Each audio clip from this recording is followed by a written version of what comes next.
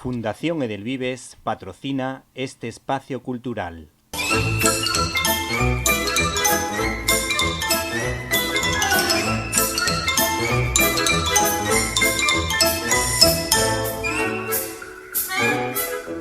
Estás escuchando Directo a las Estrellas. Víctor Alvarado. Nuestro invitado de esta semana parece tocado por Los Ángeles, lugar donde vive, porque en su primer libro ha recibido un premiazo. Responde al nombre de Moret, Andrés Moret, siendo el autor de Una vida de repuesto, el cine de José Luis García. Buenas tardes. Muy buenas, Víctor. ¿Qué tal? Pues nada, encantados con este libro de Atari Books, que merece muchísimo la pena. Y por otra parte hemos visto que desde 2009 vive en Estados Unidos. Nos gustaría saber a qué te dedicas en el País de los Sueños y qué proyecto estás llevando a cabo.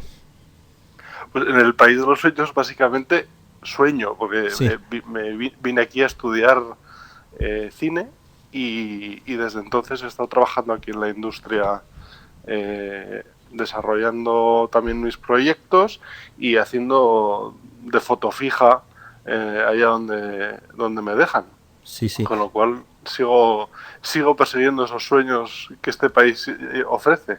Eso es.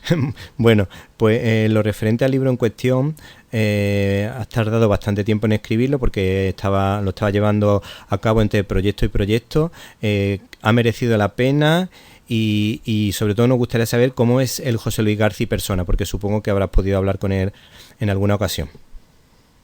Pues la verdad es que ha merecido la pena muchísimo. En ningún momento me pude imaginar que el libro podía recibir toda la atención que ha estado recibiendo. Era simplemente un proyecto mío de, digamos, cabezonería que se me ocurrió a mí una noche en una cena, decir, pues voy a escribir yo un libro sobre José Luis García porque no hay ninguno, y me ha llevado el tiempo que me ha llevado, porque entre proyectos, entre que cada vez que pensaba que ya García no iba a hacer más películas, escuchaba que iba a hacer otra más, digo, bueno, pues entonces no tengo que esperar hasta que salga una nueva película para que el libro sea completo, pues se iba dilatando. Y luego el contacto con José Luis, la verdad es que ha sido de lo más satisfactorio. Eso que te dicen de que no conozcas a tus ídolos porque se te vienen abajo, la verdad es que para mí ha sido todo lo contrario. José Luis siempre se ha mostrado colaborativo, siempre abierto a que escribiese lo que yo quisiera sin ningún tipo de problema, y eso para mí ha sido una libertad que no me esperaba tener, pero ha sido una maravilla el poder contar con escribir sobre alguien y sobre su trabajo y no tener que medir lo que se decía en el libro. Sí, sí. Yo he tenido la suerte de entrevistarlo en una ocasión y la verdad que coincido plenamente con lo que tú cuentas, porque además me facilitó el teléfono de Luis Herrero, que acababa de escribir también un libro, y vamos, tardó 0,2 en dármelo, como decimos aquí en Málaga, y el trato fue súper agradable. No me decepcionó al conocerlo en persona, aunque fuese a través del teléfono. Incluso me hizo una pequeña regañina en plan, no, pero ¿a quién te refieres cuando decís nosotros? Porque claro, a veces en prensa te dicen, mira, como yo no soy periodista, pero como comunicación dicen algunas veces, mira, utiliza el nosotros en vez del yo, no sé cuánto, que queda mejor. Entonces yo lo dije como me habían dicho que había que decirlo, y entonces tuve que decir, yo, Víctor Alvarado, te hago esta pregunta. Así le tuve que contestar en una ocasión, y la verdad que quedó muy simpático. El hombre profundizaba un montón en las preguntas, incluso así, sin saber lo que le iba a preguntar, y la verdad que el trato fue muy bueno. Y luego al leer la introducción del libro he visto que, aunque nuestras experiencias vitales son totalmente distintas, sí es verdad que muchos de los momentos de nuestra vida son importantes desde el punto de vista cultural con José Luis García, porque yo la primera vez que escuché a José Luis García puso la canción de Los Cazafantasmas y estuvo hablando de películas, tendría yo 13 años en el programa que llevaba Carlos Pumares, y después cuando empezó Qué grande el cine, a mí me encantaba, cuando yo empecé a ver ese programa y mi ilusión en mi vida era ser crítico de cine, tener un programa de radio y poderlo llevar a cabo. Y todo es aprendiendo de la forma que tenía el de contar las películas, analizando películas en blanco y negro, en color, y como en mi casa se había visto mucho cine clásico, pues yo disfrutaba un montón con las conversaciones que tenían los tertulianos. Entonces, a través de ese tipo de cosas, pues se han hecho sueños de ese tipo, se han hecho realidad. La verdad es que con ese programa nos educó a varias generaciones de españoles en el amor al cine y en la apreciación al buen cine. Yo recuerdo de grabar todos los programas en cintas VHS que iba coleccionando y el día que yo no podía estar en casa para darle al botón de grabar en el vídeo, tenía a mi madre, a mi hermano, a mi padre, a los que les encargaba el trabajo de ponerlo a grabar. Sí. Con lo cual esa obsesión es mutua. Yo hacía lo mismo, lo que pasa es que no la grababa para dejarla grabar, pero sí para verla, la iba viendo. Y además yo tenía un acuerdo con mi hermana, tú me dejas a mí ver Qué grande el cine los lunes y tú ves el día de que toque C6 Las Vegas, C6 Miami, lo veo yo contigo. Y entonces llegábamos a ese acuerdo para poder ver los programas y las películas, pero claro, luego la tertulia terminaba tarde, entonces yo la grababa y la veía al día siguiente, a veces con mi padre, a veces yo solo. Y disfrutaba un montón, la verdad. Y luego además que incluso en los momentos vitales, porque visto que una película importante para ti fue la de Luz de Domingo y la del abuelo, por diferentes circunstancias. Yo la primera película que vi en serio fue la del abuelo, que la vi la alquilé, y la primera película que vi con mi mujer en el cine de José Luis García, yo ya había visto Tío Vivo, que me encantó, y fue Luz de Domingo, porque digo, tienes que conocer a este director, seguro que te gustó la película, la verdad que le encantó, salvo la famosa escena que es un poquito escabrosa, que le resultó un poco incómoda, bueno, nos resultó un poquito a todos, creo yo. Sí. Pero es esa sensación también de qué gran, aunque es escabrosa, qué gran cosa he visto, ¿no? Sí. El estar alucinado por lo que estás viendo, a pesar de que te resulte chocante para la vista. A mí fue una película que ojalá hubiera tenido más repercusión sí. en el panorama cinematográfico, porque realmente que creo que lo merecía. Sí. Además tenía un final así pro vida que la verdad que me gustó bastante, que supo José Luis García darle un enfoque bastante positivo. Y luego he visto en el libro que tiene una descripción de su estilo como director, tanto desde el punto de vista técnico como artístico, y me gustaría que nos contases cuáles son las claves, porque para mí es un cine un poquito difícil de definir cuál era la parte técnica, pero luego te pones a fijarte en los comentarios que tú vas haciendo y la verdad que vas comprendiendo que era más o menos la idea que yo tenía en mi cabeza, pero que no la sabía expresar así con palabras. Pues a ver, es difícil ahora explicarlo someramente, pero un aspecto, digamos, técnico en el que García es muy detallista es en los encuadres, ¿no? El encuadre, el gusto por el encuadre, creo que es un gusto muy clásico, y creo que hace cualquier cosa para conseguir ese encuadre, como estirar uno de los lados de un decorado para que la cámara pueda conseguir el encuadre que quiere. Pero también luego los diálogos, la estilización de diálogos, creo que es algo muy, muy típico, así como la manera en que los actores dicen los diálogos, porque García matiza absolutamente todos los detalles de ese diálogo, y al final da un aspecto de de algo conocido, ¿no? Cuando ves una película y dices, me suena, me está sonando lo que estoy viendo, esto pertenece a alguien. Y es una cosa de las que estás viendo la tele y te quedas viendo porque reconoces lo que estás viendo. Sí, sí.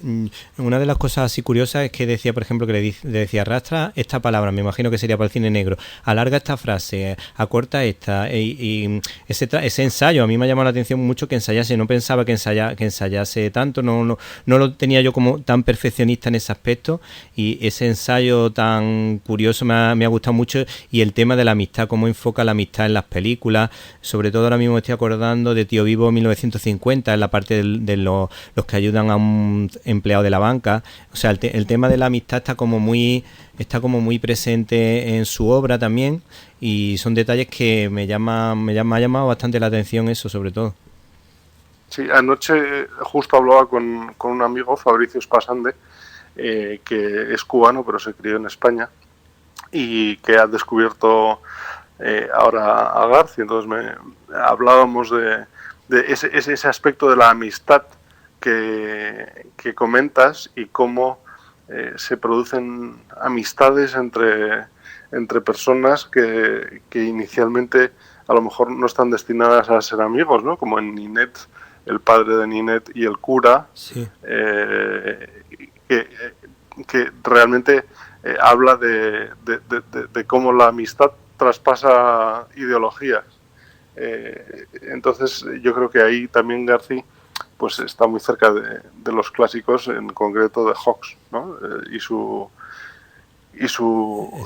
estilo de amistad entre los personajes de las películas. Sí, además que yo creo que es algo suyo, porque a mí precisamente sin conocerme de nada me decía que iba a ver a su amigo Manolo Alcántara, siempre ha tenido muy buena relación con gente de izquierda y derecha, y eso que él cuenta así en las películas es realmente la realidad de su propia experiencia, además que yo creo que tiene un don de gente muy especial. Sí, no, yo creo que eso a José Luis no se lo niega nada, ¿no? No se puede negar nadie. Él viene del Partido Comunista, pero tiene amigos y participa de tertulias en cualquier medio, ¿no? Sí. Y eso creo que es una cosa de la que hay que aprender, ¿no? Creo en España que somos tan peleones los unos con los otros y que no hay manera de llevarse bien. Sí. Creo que es algo interesante de aprender. ¿Y tú crees que es un cine adulto? Porque yo cuando vi Volver a empezar y Canción de cuna en casa, en el videoclub y luego en televisión, la verdad que me resultó un poco pesado. Pero cuando ya la he visto con 22, 23 años en adelante, las que he visto después, la verdad que la he disfrutado un montón, he conseguido sacar muy buenas conclusiones, y es cuando he aprendido, tratar de comprender un poco el valor. No sé si quizá también le pasa como a Rafael Gil, que es muy literario. Claro, es literario porque tiene mucha cultura, pero luego yo creo que los diálogos casi siempre fluyen muy bien. Pues por ejemplo, estuve en España en la época en la que en Madrid hicieron un ciclo en la Filmoteca. Sí. Y esto que dices de la edad de ver las películas de García, me sorprendió la cantidad de gente joven que iba. Y gente joven me refiero a gente como de 20 años, 18, y me resultó muy gratificante el ver que no solo a los adultos nos podía traer García, sino que había una generación que iba a ir a ver estas películas y que está viendo estas películas. Con lo cual, para mí, creo que en todo momento, desde que empecé a ver las películas de García, hubo conexión, porque creo que la conexión que se generó fue emocional, más que nada. Entonces, para mí, es un cine que no tiene barreras de edad, digamos. Sí, a mí particularmente me gusta más la segunda etapa de García, prácticamente de Volver a empezar en adelante, y sobre todo lo que son adaptaciones de obras de grandes obras de grandes autores españoles, es la parte que más me gusta en líneas generales en casi todas las ocasiones. Yo tengo así un ranking, tú me dices qué te parece. Yo he puesto Luz de Domingo, Canción de Cuna, Tío Bimbo 1950, Volver a empezar, El abuelo, y luego el Crack. A mí particularmente me gusta más el Crack 3. A lo mejor hay gente que puede decir, pues ¿por qué? Yo creo que es que el pozo que tiene de las dos anteriores, yo creo que aquí para mi gusto está como mejorado. Tiene un poco menos de melancolía, que a mí la melancolía del Crack 1 y 2 me costaba un poquito, pero es verdad que el Crack 1 y el Crack 2 tienen las conversaciones de boxeo, esas sí que son magistrales. Yo creo que si tuviese que elegir una escena desde el punto de vista de una conversación ágil, yo creo que me quedaría con esas conversaciones. Pues la verdad es que es una buena selección. Si yo tengo que elegir, digamos, un top 5, la primera para mí siempre va a ser You Are the One, que creo que es la gran obra. Esa también es buena, de su cine. Después cogería Tío Vivo, me pasaría a Las Verdes Praderas, volvería al cine de la segunda etapa con Historia de un beso, y cerraría pues quizá con Canción de Cuna, que fue un poco el puente entre las dos etapas. Sí. Canción de Cuna, una película religiosa que yo creo que él supo captar muy bien la esencia de la historia. Y luego, por otra parte, en las fotografías que he visto del convento, está logradísimo el trabajo que consiguió, y ahí es donde se ve el trabajo también del director, lo que es como documentación, y ver dónde encontrar el mejor plano en un lugar que a lo mejor cuesta trabajo encontrar la luz como la necesita un cineasta. Desde luego que, por ejemplo, cuando estuve en el rodaje del Crack 0, se ve, me dediqué a observar cómo él camina a través del decorado buscando esos ángulos, y la verdad es que los encuentra. Siempre consigue encontrar los ángulos adecuados para rodar las escenas, y siempre bien. Con lo cual, eso es una cualidad que no todo el mundo tiene, porque no todo el mundo sabe trabajar en los espacios sin hacerlo solo en plano medio, plano corto, sino que García te da un plano general en el que te enseña todo, y todo con un encuadre casi perfecto. Eso que cuando tú lo escuchas, bueno, a mí me pasa cuando lo he escuchado hablar en Cowboy de Medianoche, te da la sensación de que él siente que la fotografía es su punto débil, pero por lo que tú me estás contando no es así. No, yo creo que para nada. Es un experto en pintura, que es un experto en composición, y tiene un ojo fotográfico, ¿no? Fotográfico absoluto. Sí. Y he visto que también tenía como hacía referencia un poco a la forma de rodar de John Ford, que había captado alguna de su esencia. ¿En qué momento así lo notas tú al coger los planos, o cómo lo hace? ¿O cómo... Sí, yo creo que en la planificación que hace tiene mucho de John Ford. Si tuviera que coger películas en las que esto se ve, pues a lo mejor Sangre de Mayo, que es el epic de Garci, creo que ahí se le ve en esas escenas con caballos y tal, y en Luz de Domingo, creo que en Luz de Domingo también podemos observar eso, sin olvidarnos de ese plano final de Asignatura Pendiente que evoca el final de Ethan en Centauros del Desierto. De ahí puedes ir sacando referencias prácticamente en todas las películas. Sí, pues yo me fijaré en esta última que acabas de comentar, porque son las películas así que más las he visto de pasada. Quitando Verdes Praderas, que sí la vi con más detenimiento, las otras pues han pasado un poquito, para mí un poquito desapercibidas. También a mí me llama la atención, sobre todo eso que estás comentando de John Ford,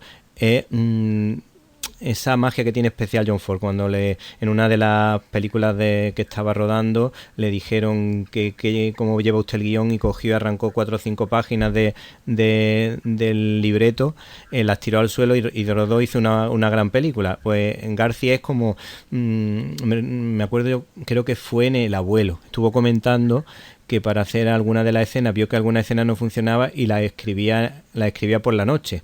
Eso es muy peliculero, pero si fue así, la verdad es que tiene su mérito. No, reescribe continuamente, y la reescritura de los guiones es algo que pasa en todas las películas sin parar. Sí. Yo tuve aquí un profesor que contaba cómo en una de las películas en las que él trabajó, de script doctor, que le llaman aquí, trabajaban en el guión por la noche. Fue Camino a la Perdición. Sí. Trabajaban en el guión por la noche, le pasaban los cambios a los actores en el hotel por debajo de la puerta, y como uno de los actores lanzó un cenicero contra la puerta, harto de los cambios, diciendo que ya bastaba de cambios. Con lo cual, esta modificación que se hacen de los guiones también tiene que ver mucho que las películas son orgánicas, porque tú, según vas rodando, vas descubriendo cosas nuevas, porque el actor te da cosas nuevas, porque el actor te sugiere cosas nuevas, porque las escenas a lo mejor no se han desarrollado como tú pensabas. Entonces tienes que ir modificando para que todo tenga un cierto sentido. Y yo creo que eso que García sabe de cómo hay que hacerlo, lo aplica bastante bien. Pues mira, curiosamente, ya que acabas de decir Camino a la Perdición, yo me he leído la novela gráfica de Alan Collins, que es súper buena, está súper bien escrita, y tiene yo cuando la leí dije, esto es una maravilla, es mejor que la película. Pero claro, yo me imagino que a la hora de hacerlo con personas de carne y hueso no es lo mismo que ponerlo en viñetas. Pero tengo que reconocer que los diálogos y la historia de la novela gráfica es súper buena. Yo leo muchas novelas normales, pero también leo novela gráfica, y esa me parece magistral. Nunca he tenido la oportunidad, pero desde luego, si ves la perfección que alcanzan películas como las películas de Pixar, ¿no?, en la que todo el mundo habla maravillas, te das cuenta que la ventaja que tienen la gente de animación es que se pasan 5 años trabajando con una película y modificando y cambiando y añadiendo, hasta que llega el momento en el que tienen que traer a los actores. Entonces, esa reescritura que se va produciendo en las películas de animación es algo que en el cine de acción, digamos, o de personas de verdad, se produce en el día a día. Sí, y luego, ya centrándonos en alguna que otra película, por ejemplo, ¿qué dirías tú de Tío Vivo 1950, que es una película muy coral? Para mí es una de sus grandes obras maestras, por el espíritu que trae la película, un espíritu de absolutamente de la transición y de llevémonos todos bien y seamos todos uno, con unas actuaciones espectaculares, y creo que fue esa espinita clavada que se le quedó de que no hubieran usado el guión que él hizo de La colmena entero. Ah, sí, es verdad. Lo he leído también ese capítulo. Entonces, para mí es una película en la que se nota ese gusto, ese amor por la historia, ese amor por ese grupo de acuarelas o aguafuertes del Madrid de los años 50. Sí, sí. También creo que fue una película maltratada en la distribución, pero yo, que la vi en Madrid un par de veces en la sesión de 4, que suele ser la sesión a la que van las señoras mayores de cierta edad, sí. Salías escuchando a la gente y cómo alucinaban de lo bien que estaba reproducido, de lo bien que todo estaba captado. Sí, él cuenta muy bien lo que es lo que tiene que ver con la nostalgia, con la vivencia de otra época. Lo hace muy bien. A mí me recuerda a una novela que se llama Hombre en Medio en Moscú, de Enrique Castro Delgado, si la memoria no me falla, que describe muy bien a los personajes uno a uno de su barrio. Este hombre que te estoy comentando era un hombre que en principio fue comunista durante muchos años y fue bastante duro en la guerra civil, pero luego acabó de segundo colaborador de Fraga.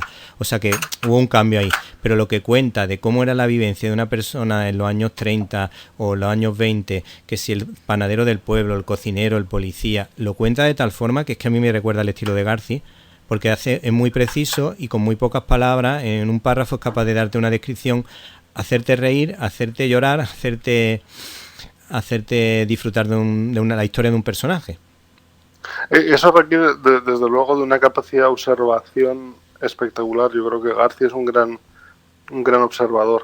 Me lo comentaba Lourdes de Orduña, su diseñadora de vestuario, ¿no? Que es amiga también y es la mujer de Eduardo Torres Dulce. Sí. Me comentaba cómo a veces ve cómo se queda pensativo y mirando ciertas cosas, porque todo eso lo registra y luego lo usa en sus películas. Sí, sí. Y ya para finalizar, si te parece, no sé si nos quieres contar alguna anécdota de algún rodaje que te haya llamado la atención, o de cuando estuviste con él participando en el Crack, con tu visión fotográfica. ¿Qué detalles nos puedes contar? Pues para mí el poder participar en un rodaje con José Luis fue mi gran sueño, porque realmente para mí la crónica es el género que más me gusta a la hora de leer sobre cine, y el poder estar allí tomando notas y haciendo fotos de lo que estaba sucediendo, pues fue un gusto. Y yo que no quería no quería molestar a nadie, simplemente quería estar allí como observador, hubo un momento dado en el que me vi inmerso en todo el follón del rodaje y de lo que es la producción, cuando yo estaba en una esquina mientras ellos estaban poniendo las luces y tal, y oigo que José Luis grita en alto: "Moret, Moret", y me quedo alucinado pensando: ya verás, me van a echar, algo hecho mal. Me lo tengo merecido por dar tanto el coñazo. Sí. Y me viene José Luis y me dice: habla con Josito. Y Josito es el productor de Garci, y sí, voy a hablar con Josito y le digo: ¿qué pasa, Josito? Y me dice: necesitamos las fotos, que nos ha pedido fotogramas, unas fotos. Y justo ese día me había dejado la cámara en casa. Vaya. Y le digo: pues no me las he traído. Y dice: pues corriendo a casa a por el ordenador y la cámara, que tenemos que enviárselas en un rato a fotogramas. Entonces fui corriendo, le enseñé unas cuantas para elegir, y se las enviamos en fotogramas, y fueron las 2 primeras fotografías mías que se publicaron en cualquier medio de comunicación, con lo cual estoy muy contento de haber podido también aportar eso. Sí, sí, la verdad que para eso un genio. Me imagino que correrías como un rayo, como Flash. Y Jerónimo José Martín, crítico de cine, uno de los críticos de cine de la COPE, en un encuentro que tuvimos los críticos de Pantalla 90 con él, que es el presidente del Círculo de Escritores Cinematográficos, contó una anécdota parecida, porque estaba Jerónimo preparando alguna entrevista para hacérsela o para hablar de una película, y le dice: oye, Jerónimo, tú que eres muy religioso, a ver, dime cómo iban a vestir las monjas en tal sitio, porque quiero que no faltemos a este detalle. Se lo dijo allí en el momento del rodaje. Entonces él, es verdad que sabe de mucho de ese tema, pero en ese momento le pilló un poco y tuvo que pensarlo, informarse y decírselo exactamente para no quedar mal. Y además José Martín sabe mucho de muchas cosas, o sea que estoy seguro que tampoco le costaría mucho encontrar la respuesta. Sí, sí. Bueno, pues Andrés, se nos está acabando el tiempo, nos ha encantado tu libro, Una vida de repuesto, el cine de José Luis García, editado por Atari Books, que es una editorial de la que tú eres socio y que además lo hace todo en un formato con un papel maravilloso, que yo creo que es de los mejores papeles que yo he tocado nunca. Muchas gracias. Esperemos que pueda seguir así durante muchos años. Ahora en Navidad sacamos 2 nuevos libros. Uno es la biografía de Howard Hawks y el otro es un diario de rodaje de My Fair Lady que escribió Cecil Beaton en el 64. Sí, con lo cual espero que la gente disfrute de estos 2 también. Bueno, pues muchísimas gracias. Un saludo. A ti, un saludo. Si te gustó esta entrevista o este podcast, quizá puedas recomendárselo a un amigo. Te lo agradeceríamos con toda el alma.